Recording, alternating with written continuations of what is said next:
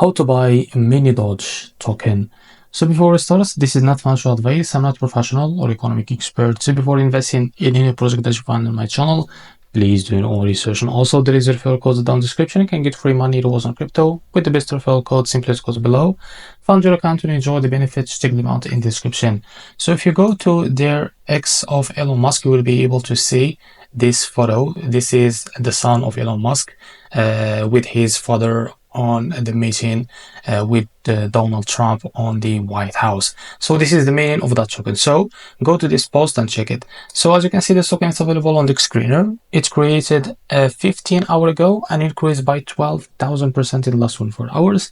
As you can see, this token trending number 16 on basis section. So to be able to buy this token is easy and simple. Just copy the token that is from here. As you can see, go and open your wallet. For that, I will use the Bitget wallet. Select the basis and network from here. Click on this plus icon and paste the token that is here, as you can see. So this is our token. Click on this plus icon to add it to your wallet. Now go back to your wallet and find your token that you just added that's called Mini Doge. So after you find it, click on it. Click on swap here. Switch from here from the top.